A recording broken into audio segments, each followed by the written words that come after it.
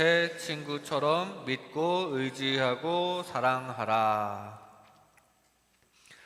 올림픽이 한참입니다. 저도 우리나라 선수들을 응원하면서 몇몇 경기들을 즐겨보고 있는데요.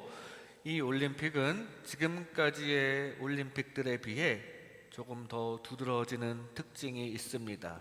특히 개막식에 이 프랑스라는 나라가 어떤 나라인지가 잘 드러났습니다. 프랑스는 관광 자원이 참 많은 나라이고요. 역사도 참 깊은 나라입니다. 그리고 사회 문화도 뭔가 특징이 있는데요. 이번 올림픽 개막식은 이 나라만의 특징을 아주 잘 구현하였다는 점에서 아주 볼만했습니다. 그런데 세상 문화를 대하는 가치관이 성경에서 추구하는 가치관과 서로 맞지 않는 부분이 좀 있는데요. 근데 이번에 좀 세게 나와서 그런지 특히 기독교계에서 민감하게 반응할 만한 연출도 일어나고 그와 관련된 논란도 많이 일어났습니다. 그래서 교회의 미래를 걱정하는 입장에서 보면 현대에 이렇게 기독교적 가치관이 점점 설 자리를 잃어가고 있는 것으로 느껴지고요. 이러다가는 모두가 이런 안티 기독교적인 사회에 따라야만 할 것 같고 하나님을 믿는다는 이유로 사회적인 가치를 따르지 않았다가는 사회적인 핍박이 날라올 것 같기도 합니다. 마치 바벨론에서는 모두가 금신상의 예의를 갖추어서 절을 해야만 하는, 그래야만 살아남는 사회였는데 하나님을 믿는다는 이유로 금신상에 절하지 않았던 다니엘의 친구들이 핍박을 받는 것처럼 말입니다. 다니엘은 느부갓네살에게 인정받은 상태였습니다. 그래서 다니엘이 특별히 요청해서 다니엘의 친구들도 바벨론의 고위 공무원이 되었습니다. 물론 그럴 만큼 능력도 있었고요. 다니엘의 친구인 만큼 신앙심도 각별했습니다.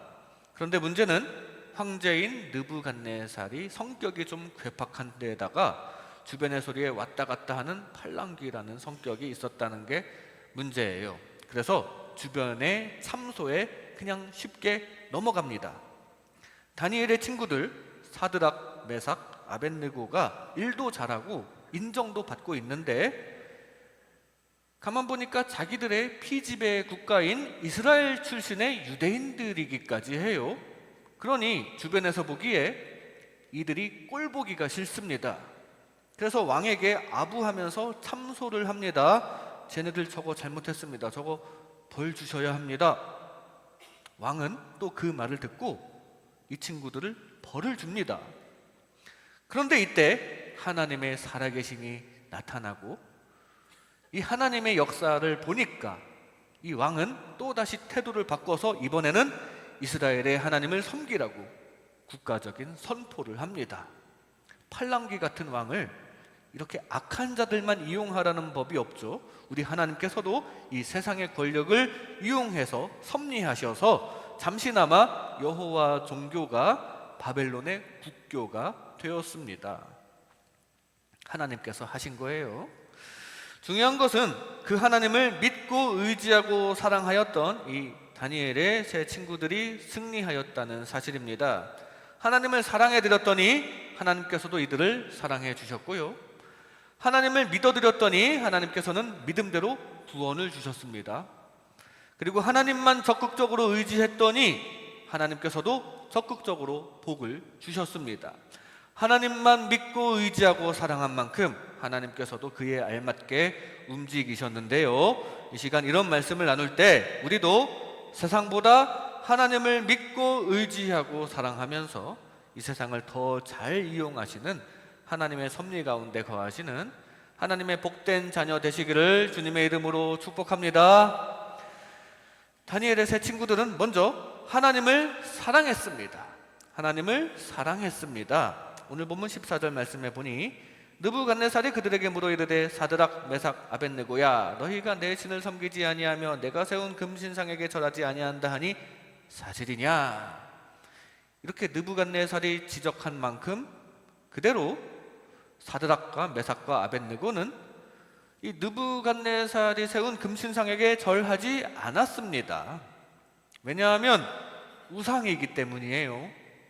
하나님 아닌 다른 신을 섬길 수가 없었거든요. 왜냐하면 하나님을 사랑하기 때문입니다. 하나님을 사랑하니까 다른 신을 섬길 수 없었던 거예요. 그랬더니 하나님께서도 이들을 사랑해 주셨습니다. 뒤에 25절 말씀에 왕이 또 말하여 이르되 내가 보니 결박되지 아니한 네 사람이 불 가운데로 다니는데 상하지도 아니하였고 그 넷째의 모양은 신들의 아들과 같도다 하고, 세 사람이 풀무불에 들어갔는데 불 속에는 네 사람이 있는 것처럼 보였다 이 말입니다. 근데 또 한 명의 실루엣은 마치 신의 아들과 같은 모양이라고 하는데 바로 하나님께서 그 불 속에 함께 해주신 거예요. 그리고 이들이 불 속에서 막 절규하고 뜨겁다고 대굴대굴 구르는 게 아니라 불 가운데로 유유히 다니고 있다고 하는데, 지금 불 속에서 멀쩡한 겁니다. 바로 불 속에서 하나님께서 함께 해주신 거예요. 사랑하시니까 이 친구들과 조금이라도 더 가까이 계시면서 불에 그을리지 않도록 또 고통당하지 않도록 하셨고 멀쩡히 살아있도록 사랑으로 지켜주신 줄로 믿습니다. 다니엘의 친구들은 다른 신은 섬기지 않는 하나님 사랑을 택했고 하나님께서도 이들을 함께 하시면서 호호해 주셨습니다. 이렇게 하나님을 사랑하면 하나님께서도 사랑해 주십니다.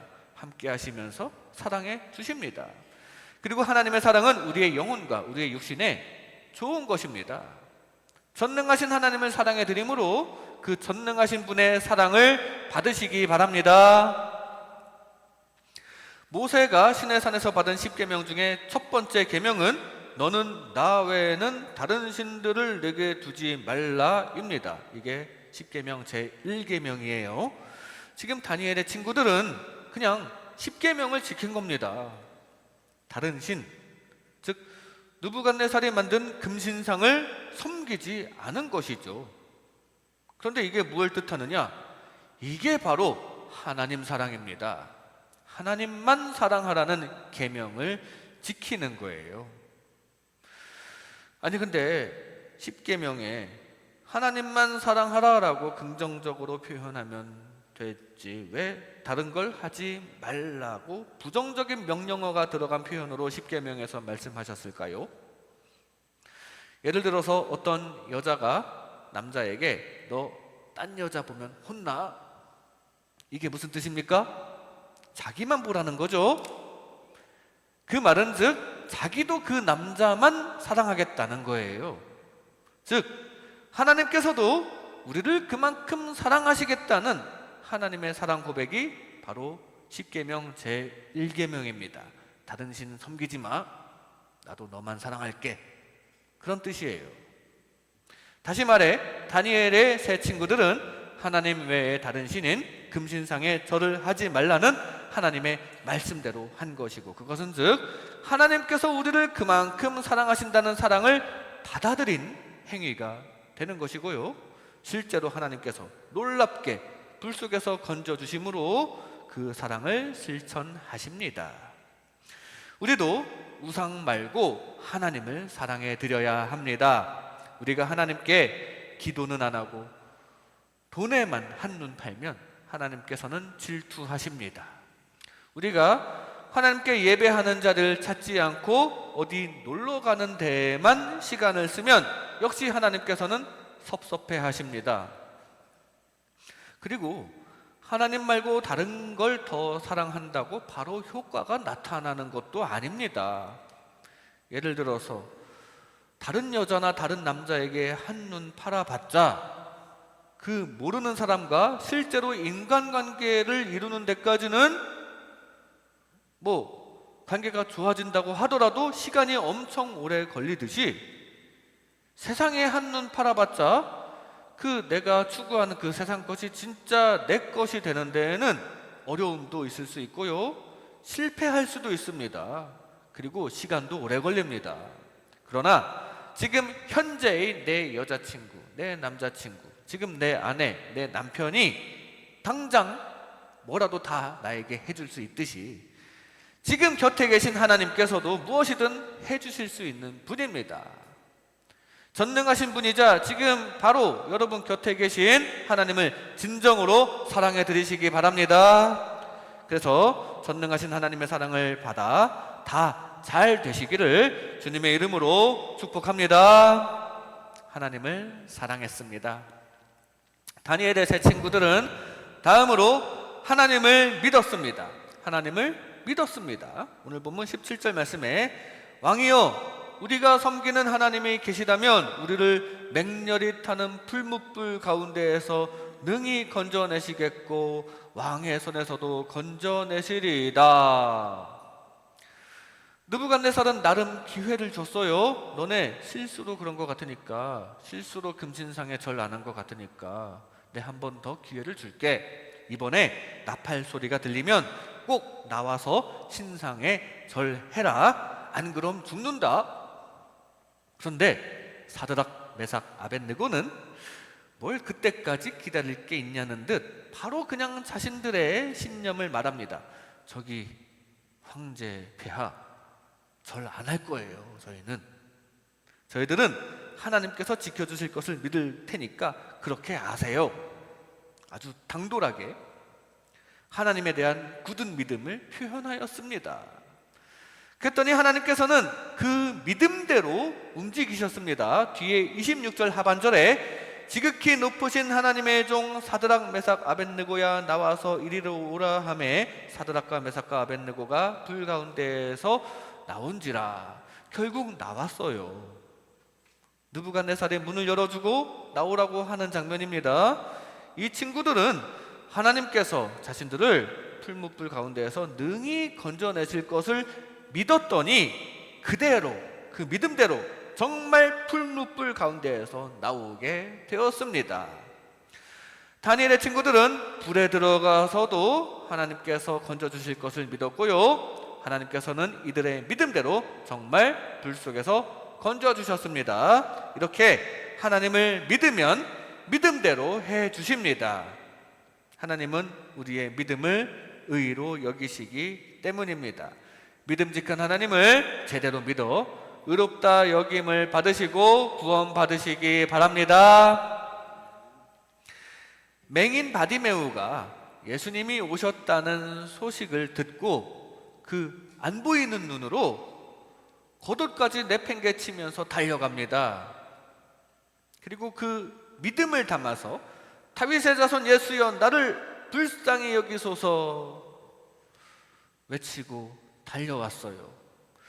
지금 이분이, 바로 앞에 계신 이분이 바로 하나님의 아들이시라는 믿음이 있었고요, 그리고 그분이라면 무엇이든 가능하리라는 믿음이 있었습니다. 그 앞에서 지금 가지고 있는 세상 것인 겉옷은 중요하지 않았고요, 헐리적거려서 그냥 내팽개쳐 버렸습니다. 그리고 이상하게 여기는 사람들 앞에서의 체면도 더더욱 중요하지가 않았습니다. 그리고 예수님께서는 그 믿음을 인정하십니다. 가라, 내 믿음이 너를 구원하였느니라. 순간 눈을 뜨게 되었고 그 이후로 계속 예수님만 따라다니며 성령 충만하다가 십자가까지 함께 했을 겁니다. 믿음이 곧 구원과 직결된다는 사실입니다. 첫째로 하나님이 진짜 신이시라는 믿음과 그 하나님의 아들 예수님이 이 땅에 오셨다는 믿음이 필요해요. 둘째로 그 하나님은 전능하셔서 뭐든지 해주실 수 있고 예수님을 통해 우리의 영혼을 구원하셨다는 믿음이 필요합니다. 믿음으로 의롭다 여김을 받고 믿음대로 구원에 이르시기 바랍니다.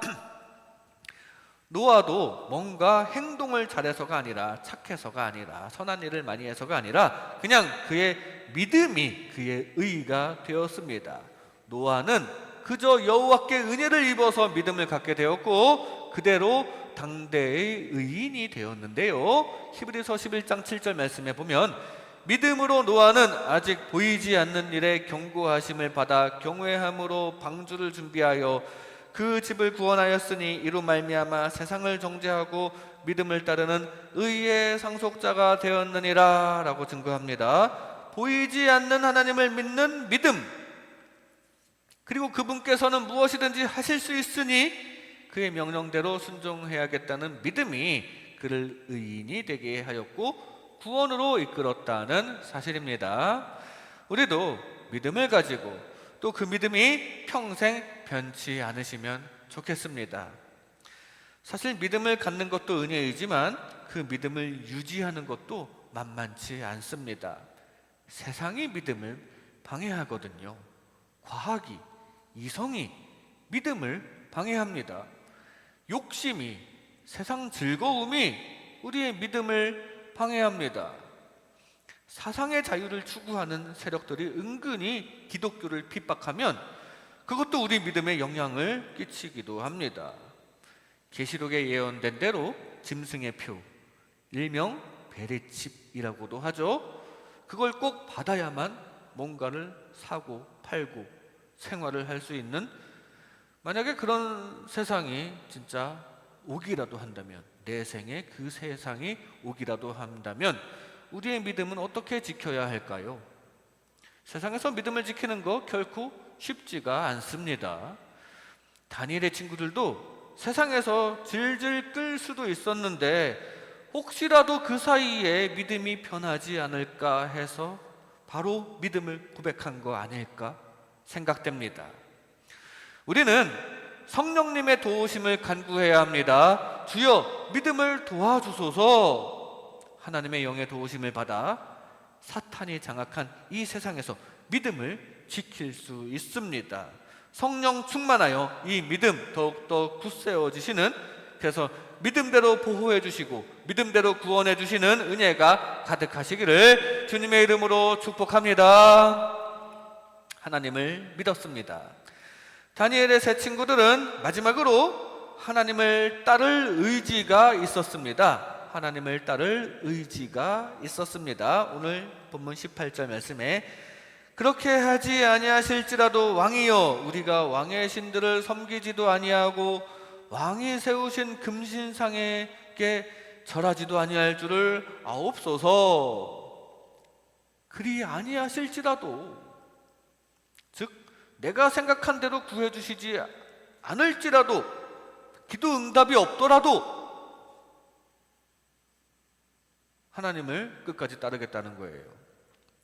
막상 풀무불에 던져지니까 하나님이 안 계신 것 같아서 그때라도 왕에게 아이고 알겠습니다, 절할게요, 뜨거워요, 꺼내주세요, 절할게요, 절대 이렇게 세상에 굴복하지 않겠다는 하나님을 향한 굳센 의지의 표현을 지금 하고 있는 거예요. 실제로 풀무불에 진짜 던져질 때까지 뭔가 하나님의 응답이 없었는데, 하나님의 기척도 없었는데, 그래도 끝까지 죽을 때까지 세상에 굴복하지 않았죠. 스데반처럼 말입니다. 그랬더니 하나님께서도 적극적으로 복을 주셨습니다. 오늘 본문 뒤에 28절 상반절에 보면 느부갓네살이 말하여 이르되 사드락과 메삭과 아벳느고의 하나님을 찬송하리로다. 더 적극적으로 나오게 됩니다. 도리어 세상 것들이 이 친구들을 따르고 이들이 섬기는 하나님을 따르게 만들어 주셨어요. 하나님께서 의지를 가지고 아주 적극적으로 역사하시니까 아예 지금 세상 최고 권력자인 느부갓네살이 너네 이제 하나님을 섬겨라, 사드락과 메삭과 아벳느고가 섬기는 하나님을 섬겨라, 오히려 180도 태도를 하나님께서 바꿔주십니다.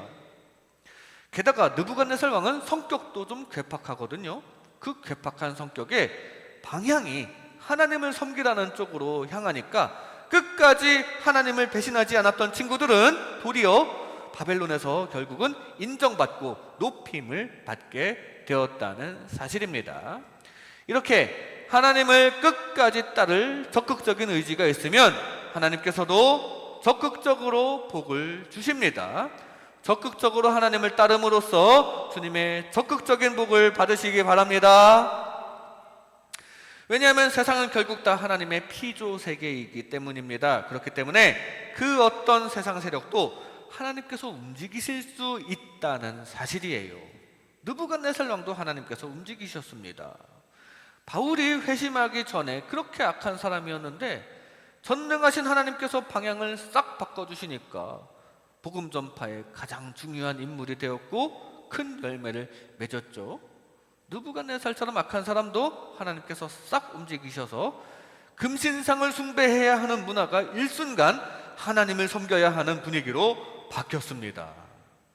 그리고 그 전능하신 창조주 하나님께서는 분명히 예고하셨습니다. 물이 바다를 덮음같이 여호와의 영광을 인정하는 것이 세상에 가득하리라. 적극적으로 역사하실 때가 온다는 거죠. 그리고 계시록에도 마지막 때에 대부흥과 구원이 예언되어 있는데요. 비록 지금은 세상 모두가 세상 문화에 흠뻑 젖어서 많이들 걱정하시는 것처럼 세상의 교회를 핍박한다 하더라도 결국에는 창조주 하나님 안에 승리가 있고 부흥이 있고 구원이 있음을 잊지 마시기 바랍니다. 느부갓네살 왕마저도 이렇게 바꾸시는 하나님께서 세상 어떤 세력 바꾸지 못하실 게 없거든요. 그때까지 주님을 섬길 적극적인 의지가 끝까지 꺾이지 않기를 바랍니다. 근데 문제는 끝까지 따르기가 어렵다는 게 문제입니다.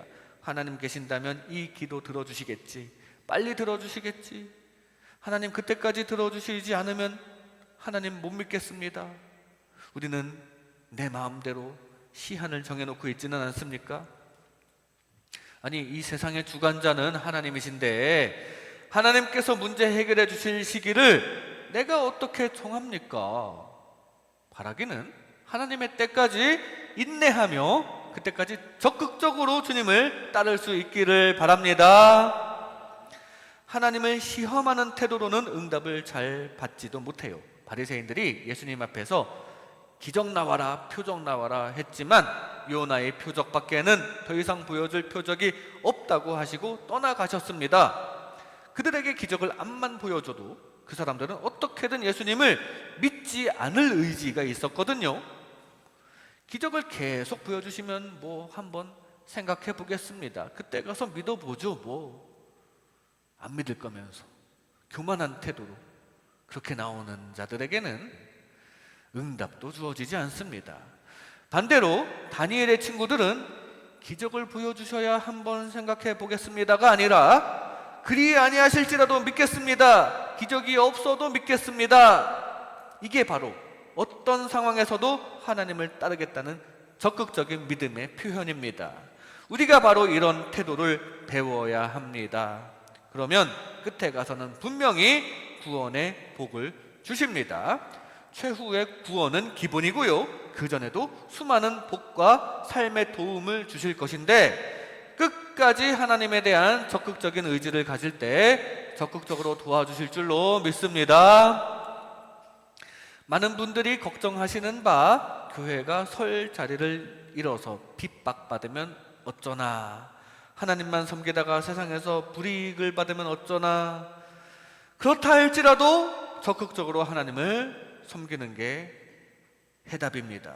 그럴 때 전능하신 하나님께서 느부갓네살의 마음을 바꾸신 것처럼 놀랍게 이 세상 상황도 바꿔주실 것입니다. 그리고 그게 아니더라도 내 생각대로 되지 않더라도 우리의 영혼을 팔아버리지는 말아야 합니다. 하나님의 축복을 내가 예상하지 말고 하나님의 때까지 인내하면서 하나님에 대한 적극적인 마음을 잃지 않는 가운데 주님께서도 적극적으로 여러분을 향해 주시는 축복과 승리가 가득하게 되시기를 주님의 이름으로 축복합니다.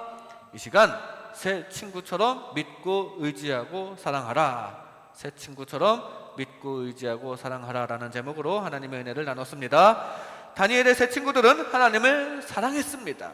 그랬더니 하나님께서도 이들과 함께 하셨습니다. 늘 함께 하시며 채워주시는 하나님의 사랑을 받으시기 바랍니다. 다니엘의 새 친구들은 하나님을 믿었습니다. 그랬더니 믿는 대로 건져주셨습니다. 믿는 대로 역사하시는 하나님의 구원을 받으시기 바랍니다.